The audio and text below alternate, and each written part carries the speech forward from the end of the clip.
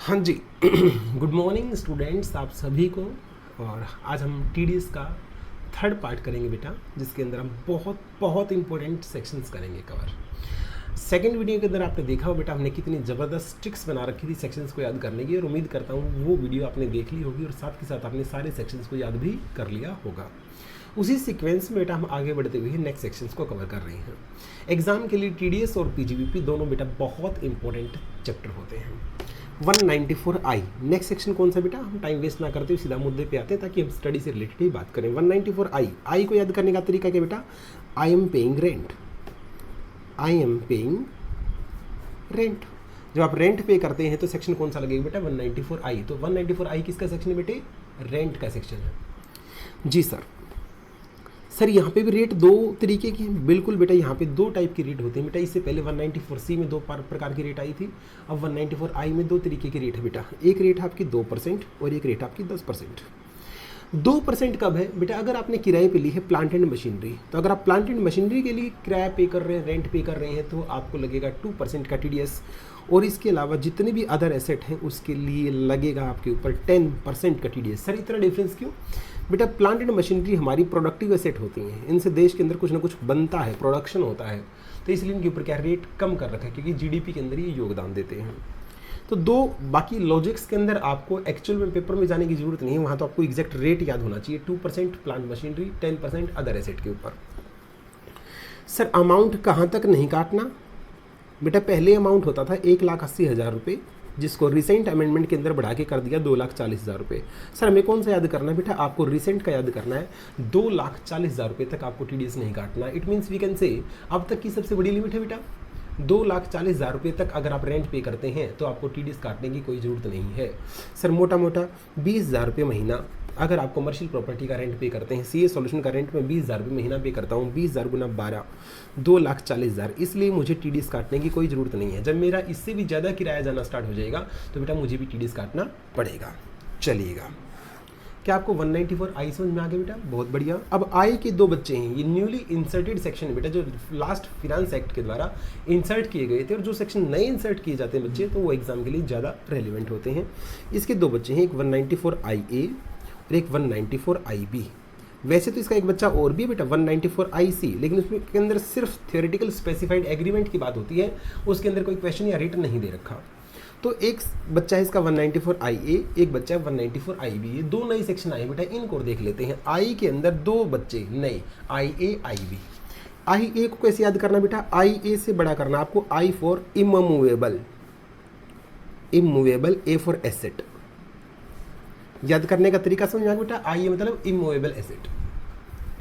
अगर आप immovable asset को ट्रांसफर करते हो किसको, किसी रेजिडेंट को, सर समझे नहीं, इमूवेबल एसेट मतलब इमूवेबल प्रॉपर्टी। अरे घर वगैरह कवर कर रखे बेटा यहाँ पे, पहले घर बेचने पे मामला नहीं होता था। अब अगर आप किसी बंदे को घर सेल करते हैं, न्यूली इंसर्टेड बेटा इमूवेबल एसेट सेल करते हैं, तो अगर उस घर की वैल्यू, अगर उसकी घर की वैल्यू 50 लाख रुपए तक की है, 50 लाख और मोर है, तो ही टीडीएस काटना। 49,99,999 पे आपको नो टीडीएस। ये ध्यान रखना बेटा, कहीं पे एक्सीडिंग 50 लाख होता है तो उसका मतलब उसके अंदर 50 लाख कवर नहीं होता। यहाँ पे मैंने लिखा 50 लाख और मोर, 50 लाख इससे ज़्यादा पे हो जाए तो ही टीडीएस काटना है। 49,99,999 पे आपको टीडीएस नहीं काटना बच्चे। एग्जैक्ट 50 पे क्या हो जाएगा, कट जाएगा। तो ये पॉइंट आपको याद रखना है बेटे। सर मैंने घर खरीदा है, मैंने घर खरीदा है, इस बंदे ने घर बेचा है, तो मैंने खरीदा है तो मेरा तो खर्च हुआ ना बेटा, जिसने बेचा है उसकी इनकम हुई। जी सर, तो मैं टीडीएस काटूंगा कब, अगर जो मैंने घर खरीदा है अगर उसकी स्टाम्प ड्यूटी वैल्यू 50 लाख रुपए से 50 लाख रुपए से ज़्यादा है।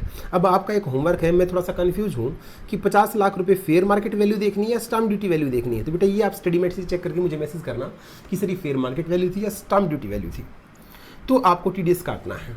सर रेट क्या रहेगा बेटा, रेट रहेगा 1%।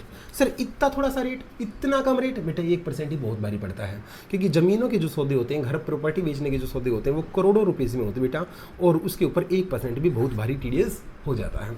194IA समझ में आ गया बेटा, IA मतलब इमूवेबल एसेट। चलिएगा, अब आगे बेटे सेक्शन 194IB। कौन सा सेक्शन है बेटा, 194IB। ये बी फॉर बेश्रम, ये बेशर्म सेक्शन है बेटा। बेशर्म क्यों है? अब ये लोगों के घर तक जा घुसा है। टीडीएस को कवर करने के लिए इसने बहुत कुछ कवर कर लिया। सर कैसे? बेटा जो इंडिविजुअल और एचयूएफ छोटे टाइप के लोग जिनका ऑडिट नहीं होता, मतलब जिनका बुक्स ऑफ अकाउंट का ऑडिट नहीं होता, छोटे टाइप के लोग पहले अगर रेंट लेके कहीं रहते थे, रेंट लेके अगर रहते थे और रहते टाइम अगर किराया देते थे, तो ये पर्सनल पर्पज का जो किराया था इसमें टीडीएस का कोई रूल नहीं होता था। बेशरम सेक्शन आया और उसने इस चीज़ को भी कवर कर लिया। क्या बोलते हैं? वो छोटे लोग इंडिविजुअल एचयूएफ जिनका ऑडिट नहीं होता, अब वो भी टीडीएस के दायरे में आ गए हैं। कब? अगर एक किराएदार अपने मकान मालिक को रहने के लिए अगर किराया पे करता है 50,000 रुपये से ज़्यादा, देखो बेटा यहाँ मैंने और मोर नहीं बोला, एक्सीडिंग एग्जैक्ट 50,000 रुपये नहीं कटेगा, एग्जैक्ट एक्सीडिंग 50,000 रुपये, तो आपको टीडीएस काटना पड़ेगा। टीडीएस की रेट बताइए बेटा 5%। क्या रेट बताइए बच्चे? 5% टीडीएस की रेट बताइए। थोड़ा नहीं होता बेटे, वैसे मोटे एसएससी को ही यहाँ पे कवर किया गया है। 50,000 रुपये पर मंथ का किराया कम नहीं होता। अगर आप 50,000 रुपये पर मंथ तक किराया पे करते हैं रहने के लिए तो नो टीडीएस, और 50,000 रुपये से अगर आपका ज़्यादा चला जाएगा तो एक्सीडिंग जाते ही आपको क्या करना पड़ेगा? टीडीएस पे करना पड़ेगा। ये उन लोगों के लिए सेक्शन है बेटा जो पहले टीडीएस के स्कोप से बाहर थे, जिनको काटने के लिए नहीं बोला जाता था। वो इंडिविजुअल्स और एचयूएफ जिनका पहले ऑडिट नहीं होता था, वो टीडीएस के दायरे में नहीं आते थे।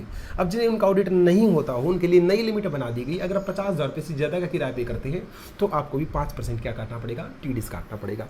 तो इस तरीके से बेटा हमने 3 सेक्शन कवर किए। सेक्शन 194I किया, फिर 194IA किया, फिर 194IB किया। उम्मीद करता हूँ तीनों के सेक्शन, तीनों के रेट और तीनों का लॉजिक आपको समझ में आ चुका होगा। चलिए बेटा नेक्स्ट वीडियो के अंदर हम करेंगे सेक्शन 194J, या इसी में करवा दूँ? चलिए इसी में करवा देता हूँ बेटा। बच्चे कह रहे हैं इसी में करवा दो सर, इसी में करवा दो sir. Section 194J,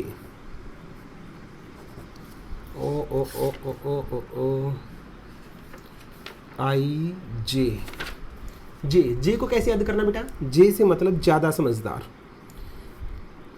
J for ज्यादा समझदार। बेटा ये टेक्निक जो मैंने बना रखी है ये इसीलिए आप लोगों के लिए बनाई ताकि आप सेक्शंस ना भूलें। एग्जाम में आपको सेक्शन मेंशन करना टीडीएस के अंदर बहुत बहुत ज़रूरी है, इसलिए मेरी इस मेहनत को बर्बाद मत जाने देना प्लीज़ प्लीज़ प्लीज़। ज़्यादा समझदार कौन? ज़्यादा समझदार होते हैं जिनको फीस मिलती है। फीस किसकी?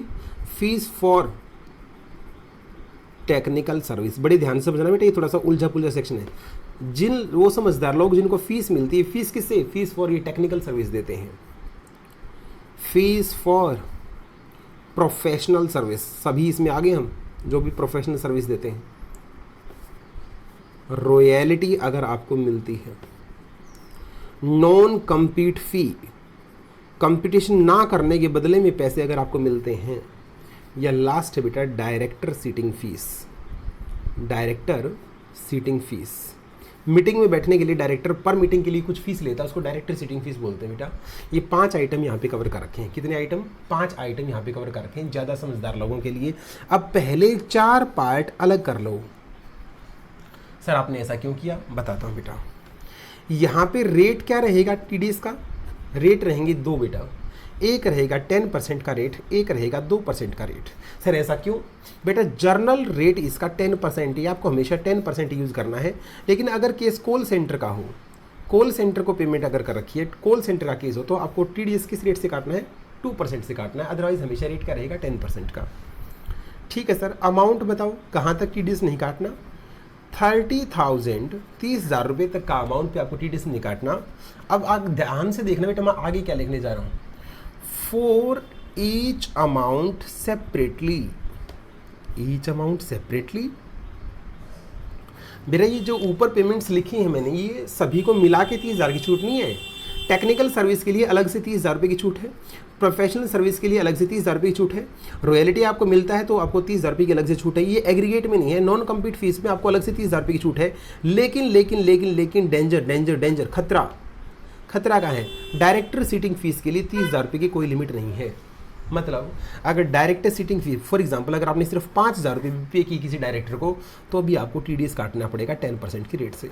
इसलिए मैंने पाँचों में 4 अलग करवा दिए थे, क्योंकि चारों के लिए 30,000 रुपये की अलग से छूट है, बट डायरेक्टर सीटिंग फीस के लिए बेटा कोई छूट नहीं है। रेट कितने प्रकार के? 2 प्रकार के, एक 10%, एक 2%। 10% जनरल रेट होता है, 2% कॉल सेंटर के लिए एप्लीकेबल होता है। अमाउंट 30,000 रुपये सबके लिए है, लेकिन डायरेक्टर सीटिंग फीस के लिए नहीं होता। क्या आपको 194J, जे फॉर ज़्यादा समझदार, याद करने का तरीका समझ में आ गया? जी सर। 194K नहीं है, लगे हाथ में बेटा मैं एक सेक्शन और करवा देता हूँ आपको, फिर आपका रिदम बना रहेगा। सेक्शन है 194 ला, LA, ला। ला मतलब लालची। ला मतलब क्या बेटा? लालची लोग। ये सिर्फ याद करने का तरीका है बेटा, और कुछ नहीं है। ला मतलब लालची। कैसे सर? अगर सेंट्रल गवर्नमेंट ने या गवर्नमेंट ने आपकी कोई प्रॉपर्टी कंपलसरी एक्वायर की है, थोड़ा थोड़ा आपको कैपिटल गेन याद आएगा बेटा।